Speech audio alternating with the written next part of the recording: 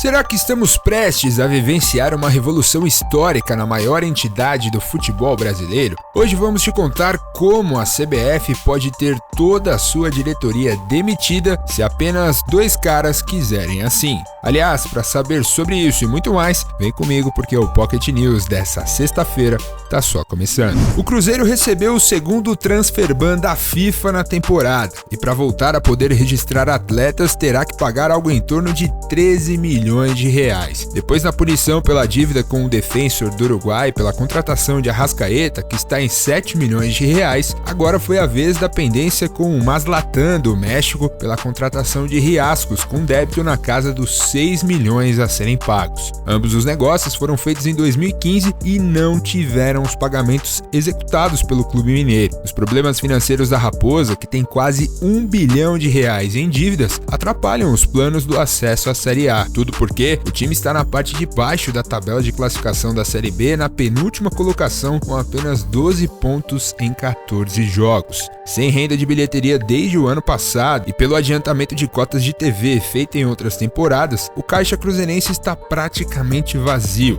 Uma das possibilidades avaliadas pelo clube para diminuir o buraco passa pela venda da sua sede administrativa, um prédio localizado na região centro-sul de Belo Horizonte, avaliado em quase 50 milhões de reais. Olha a situação que chegou o Cruzeiro, né? Tendo que se livrar da própria sede administrativa, patrimônio do clube, para tentar sair do buraco. O prédio é avaliado em quase 50 milhões, mas devido à situação desesperadora do clube e o momento econômico do país, dificilmente vai ser arrematado por essa quantia. E mesmo que fosse, é apenas 1/20 da dívida total do Cruzeiro. Ajudaria muito, claro, nas dívidas de curto prazo, mas longe de solucionar todos os problemas. Eu simplesmente acho que a gente já tem que começar a admitir que talvez não tenha mais jeito, que talvez não tenha mais saída e nem volta para o Cruzeiro, a não ser uma declaração de falência, principalmente se acontecer a queda para a Série C, que aí seria uma outra derrocada de receitas. A gente pode estar vendo o fim de um dos maiores clubes da história desse país, uma torcida belíssima e gigantesca, um clube que há 3 anos estava vencendo a Copa do Brasil, cheio de jogadores caros e que não havia pagado dívidas razoavelmente pequenas para aquela época de jogadores contratados em 2015. O que fizeram com o Cruzeiro é caso de polícia, é caso para muita gente ser responsabilizada, o que dificilmente vai acontecer, a gente sabe disso. Pegaram uma instituição, uma camisa, uma torcida e uma história lindíssima e jogaram na lata do lixo. Eu sempre tento me colocar no lugar desse torcedor, não aquele, claro, que defendia a barbárie e atacava jornalistas que antecipavam a tragédia, mas o verdadeiro torcedor do Cruzeiro. Eu não queria estar na pele desse cidadão.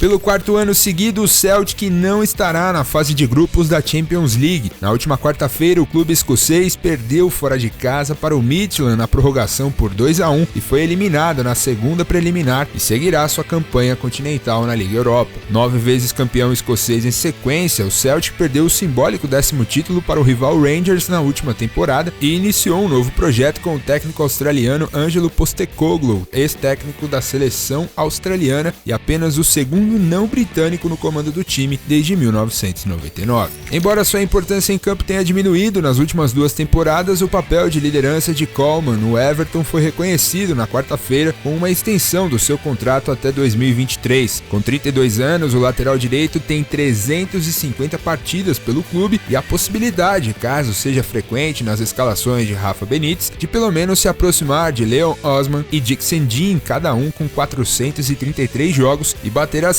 na porta da lista dos 10 atletas que mais vezes vestiram a camisa do clube azul de Liverpool. O Manchester City apresentou o seu mais novo uniforme reserva para a temporada 2021-2022. A vestimenta é inspirada na água e voltada para a sustentabilidade. Produzido com um processo especial de fabricação de dope dye para reduzir o consumo de água, o novo uniforme alternativo homenageia a iniciativa de caridade global do Manchester City, a Citizens Giving, que usa o futebol para aumentar a conscientização e o acesso à água potável em todo o mundo. A nova camisa é sóbria em comparação com a da temporada passada e apresenta gotas gotas de água em todo o design, enquanto o emblema do clube e os logotipos dos patrocinadores apresentam cores luminosas, lembrando o efeito da luz através das gotas de água. O meia Celcinho do Londrina se pronunciou oficialmente pela primeira vez após ser alvo de comentários racistas nos jogos contra o Goiás e contra o Remo pela Série B do Campeonato Brasileiro. Em vídeo divulgado pelo clube, o jogador agradeceu ao apoio recebido após os 2 episódios e afirmou que os casos não passarão de forma impune. No jogo contra o Confiança, disputado após o episódio de Goiânia, os jogadores do Londrina protestaram antes da bola rolar. Ajoelhados, eles levantaram o punho contra os ataques. Ainda no vídeo divulgado, o meia Celcinho chamou as pessoas envolvidas de criminosas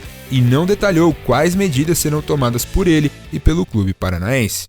Hoje é sexta-feira, dia de te atualizar sobre o que de melhor vai rolar na tela da Gigo TV no mundo dos esportes neste fim de semana. E além, claro, dos Jogos Olímpicos comendo soltos na tela do Band Esportes, precisamos destacar os vários amistosos de pré-temporada dos gigantes europeus com transmissão da ESPN Brasil, a começar por Wolfsburg e Atlético de Madrid no sábado à 1 da tarde. Logo depois, às 3h30, a vez de Nice e Milan se enfrentarem também na tela da ESPN Brasil. Vale destacar que ainda no sábado, a Band transmite às 2 da tarde o jogo entre CSKA e Lokomotiv Moscou pelo campeonato russo. Já no domingo, o destaque não poderia ser outro, além da decisão da Supercopa da França entre o campeão Lille diante do atual campeão da Copa da França, PSG, de Neymar e Mbappé. A bola rola às 4 da tarde na tela da ESPN. E você já sabe, na Gigo você pode assistir a tudo isso e muito mais de onde você quiser, inclusive do seu celular, e por um preço muito mais barato do que o da concorrência. Para saber mais, clica no link especial que a gente vai deixar para vocês aí na descrição. A CBF, entidade máxima do futebol brasileiro, pode ter toda a sua diretoria demitida. Isso porque a Justiça do Rio de Janeiro deu plenos poderes para o presidente do Flamengo, Rodolfo Landim, e o presidente da Federação Paulista de Futebol, Reinaldo Carneiro Bastos, como interventores da CBF.